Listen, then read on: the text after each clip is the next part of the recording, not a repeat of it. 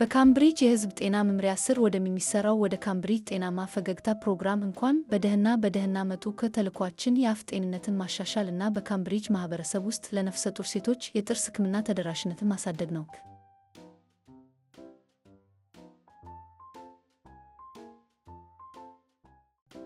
ሰላም ሻረን፣ ዛሬ ለጥርስ ጽዳት እዚህ በመገኘትሽ በጣም ደስተኛ ነኝ።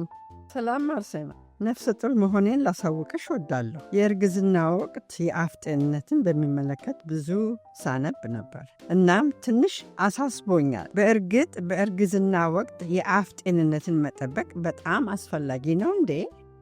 በትክክል ጥናቶች እንደሚያሳዩት በእርግዝና ወቅት ጥሩ የአፍ ጤንነት አጠባበቅ ማድረግ ለእናቶች ብቻ ሳይሆን ለታዳጊ ሕፃናትም አስፈላጊነቱ ወሳኝ ነው። ነፍሰ ጡር ሴቶች ለድድ በሽታ እና ለጥርስ መቦርቦር በጣም የተጋለጡ ናቸው። እናም የአፍ ጤንነት ችግር ያለባቸው እናቶች የጥርስ መቦርቦርን የሚያስከትሉ ባክቴሪያዎችን ለልጆቻቸው የማስተላለፍ ዕድላቸው ሰፊ ነው።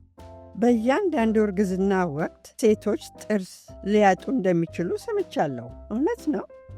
አታስቢ፣ ይህ ተረት ነው። ነገር ግን እርግዝና በሆርሞን ለውጥ፣ በጣፋጭ ፍላጎት መጨመር እና ለማለዳ ህመም ምክንያት እንደ ጂንጅቫይረስ እና የጥርስ መቦርቦር ለመሳሰሉ የጥርስ ጉዳቶች የበለጠ ተጋላጭ ሊያደርግሽ ይችላል።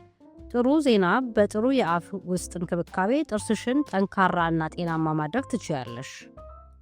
እንዲሁም ያልተወለደ ሕፃን ከእናቱ ካልሲየም ሊወስድ እንደሚችል አንድ ቦታ አንብቤያለሁ። ይህ በጥርስ ላይ ይከሰታል?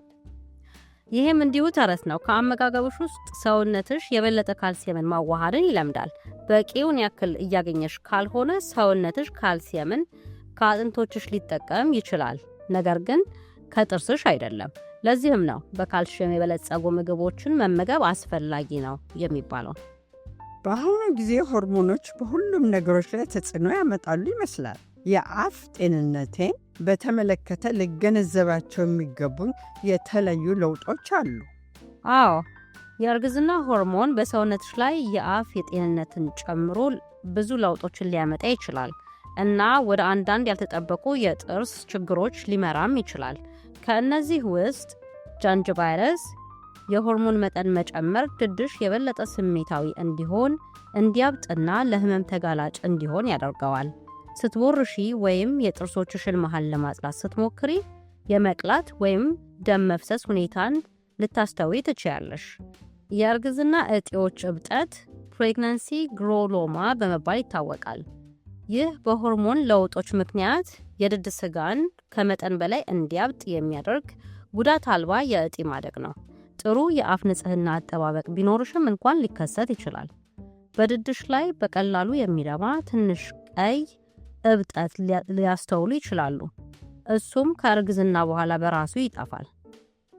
የጥርስ መቦርቦር የጠዋት ህመም እያጋጠመሽ ከሆነ በተደጋጋሚ ማስታወክ የጥርስሽን ኢናሜል ሊያሳሳው ይችላል።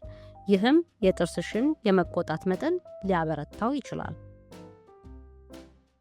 ይሄማ የሚያሳስብ ይመስላል። በማንኛውም መንገድ በእርግዝናዬ ላይ ተጽዕኖ ያደርጋል ማለት ነው? እንዳለመታደል ሆኖ እንደ ፔሪዶንቲስ ያለ ከባድ የድድ በሽታ የአፍ ጤንነትሽን ብቻ ሳይሆን እርግዝናሽንም ሊጎዳ ይችላል። ፕሪክላምሲያ ከመውለጃ ጊዜ አስቀድሞ መወለድ እና ዝቅተኛ የወሊድ ወቅት ክብደትን ሊያስከትል ይችላል። በእርግዝና ወቅት ጥርሴን ለመንከባከብ ምን ማድረግ አለብኝ? ጥርስሽን በለስላሳ የጥርስ መቦረሻ በቀን 2 ጊዜ ለ2 ደቂቃዎች ያክል በፍሎራይድ የጥርስ ሳሙና ቦረሺ።